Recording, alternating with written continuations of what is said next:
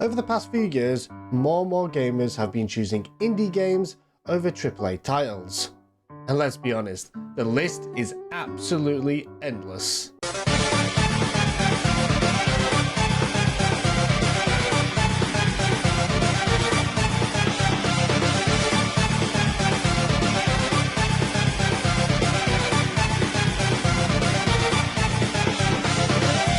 Unfortunately, some do get left behind and don't get enough recognition.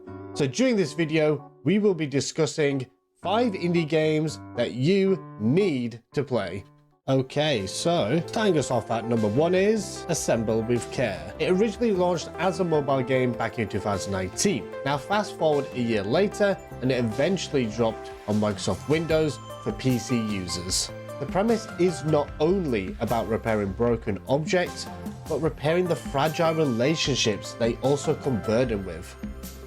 You play as Maria, a restorer of precious possessions, and these can range from anything from watches to knockoff Game Boys. She has travelled to Riva, a fictitious town in Spain, for the upcoming food festival. The gameplay is very simplistic. You are equipped with Maria's trusty screwdriver and other handy tools to get the job done. All the while, a very nostalgic score by composer Thomas Williams is playing in the backdrop to ensure you're relaxed and able to get the job done. You will become acquainted with the colourful and charismatic townfolk of Riva, who all have meaningful stories to tell you through their heirlooms or belongings. And these are all in dire need of repair. The objects that you repair will become more intricate and you'll have to pop on your problem-solving hat to get through a game, which took me roughly about just over an hour, and it also came with a free additional chapter. I mean, what's not to love? This is from the makers of Alba, a wildlife adventure, Monument Valley 1 and 2, and Desta, and Memories Between. So if you're into chill puzzle games, then this is right up your alley. Alrighty then, on to number 2 now, and we have Felix the Reaper, a romantic comedy about life and death. You play as the titular Reaper who works for the Ministry of Death. It's a 3D puzzle game where you have to boogie your way to reach the end of the level whilst avoiding the sun. To do this, you will have to use the environment to your advantage to reach your goal, which is to set in motion a chain reaction which will ultimately lead to the gruesome yet hilarious death of an NPC. Ministry of Life televators are a nuisance, jamming up the space-time continuum. We have to... Oh! Here we are. Welcome, Felix.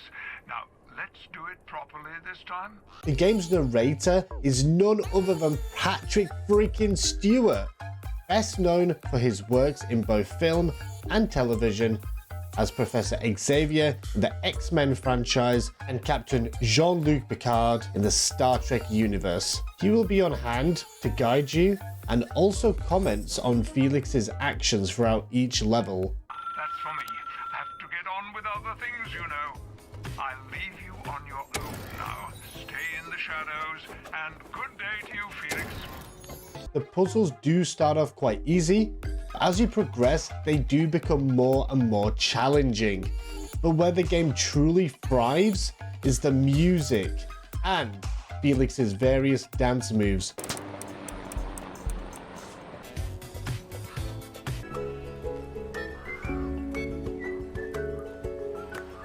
The story beats keep you wanting to progress further and further.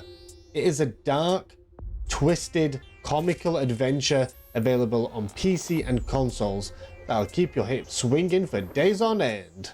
At number 3 is one of my personal favorites, Gris. Developed by Spanish studio Nomada and published by Devolver Digital back in 2018 for the PC and Nintendo Switch, 2019 for the PS4, and 2021 for the PS5 and Xbox One. Since its release, the game has now managed to sell over 1 million copies. Gris is the name of the young girl in this bittersweet tale of dealing with the multiple stages of grief. Now, I've said this time and time again before, but why is it that the most cute indie games always come with such a sad story attached to them? For once, I would just like to make it through and not have it bring me to tears, because boy oh boy did I shed a tear or two by the end. And trust me, you will too.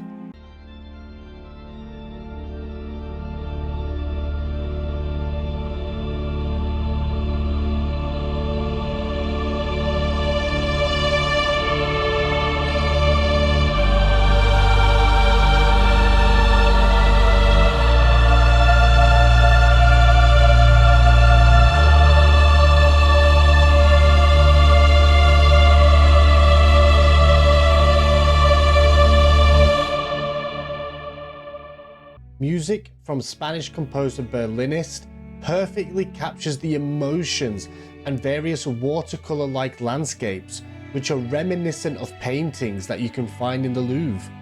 All this, mixed with a seamless story, keeps you going through the motions and pulling at every heartstring possible. It serves as a third-person platform adventure as you hop, skip and jump your way through the fractured levels to bring life, colour and meaning throughout the lands. Now you do gain abilities along the way, but the controls are quite limited.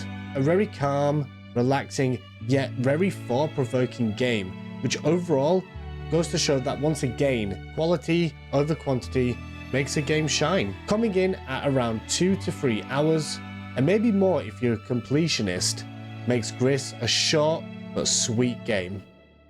At number 4 is a game made for when you mix John Wick and The Matrix together. Enter My Friend Pedro. Available on PC, Switch, PS4 and Xbox One. Taking it up a notch, incorporating high octane action and giving players certain talents such as slowing down time, spinning to avoid enemy fire, and the use of parkour, which not only increases the number of points the player gains, but also to traverse across the many blood-soaked levels you're going to find yourself in. Not only does killing enemies and using parkour give you points, rack these up fast enough to increase your multiplier and you'll get a rank by the end of each level. This is then shared on a global leaderboard. This encourages replayability. Players can then go back in, turn a better score and rank.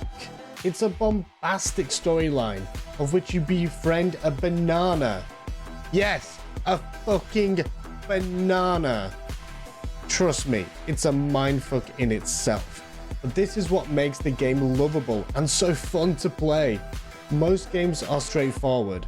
Pedro takes one look at the norm and sticks 2 fingers up at it. There are many what the fuck moments and sequences that will have you in stitches just because of how outrageous they are. And you really have to appreciate the lengths the devs went to create such an enjoyable experience. This simple shoot 'em up mixes these two into a blender to create a recipe for success. When I was playing it, it was so hard for me to stop as I just found myself wanting more from the game. And when I had my wish granted, it was difficult to let go. At number 5, and saving the best to last, is Ether 1, a first-person adventure game. Your job is that of a restorer, whose mission it is to investigate the memories of a one Jean Thompson, a 69-year-old woman who's been diagnosed with dementia. Players can opt in to take the route they would like to go down. They can choose between a more linear path, concentrating on the story and less on the matter of puzzle solving, therefore dictating the pace this narrative unravels. Or they can follow Alice down the rabbit hole, leaning more towards complex riddles and adventure, thus helping the patient reach fulfillment in their life. And this is done by the player restoring life-changing events during their history. Set in the town of Pinwheel, your job is to collect red bow ties that are scattered across the levels. Each one represents a memory. The puzzles, like the other games mentioned before, do become increasingly difficult, but in this case it's used as a metaphor to represent the day-to-day struggles of someone who has dementia. Another short game coming in roughly between 3 to 5 hours, all dependent on the skill level of the player and the route taken. It is only available for PC and PS4. Sorry Xbox and Nintendo fans, you'll just have to wait. And there you have it. Those are my picks for the top 5 indie games that you probably haven't heard of. And now you have. Did any of these pique your interest? And if you have played them, what have your experiences been like? Let me know in the comment section below. And don't forget to subscribe. See you next time.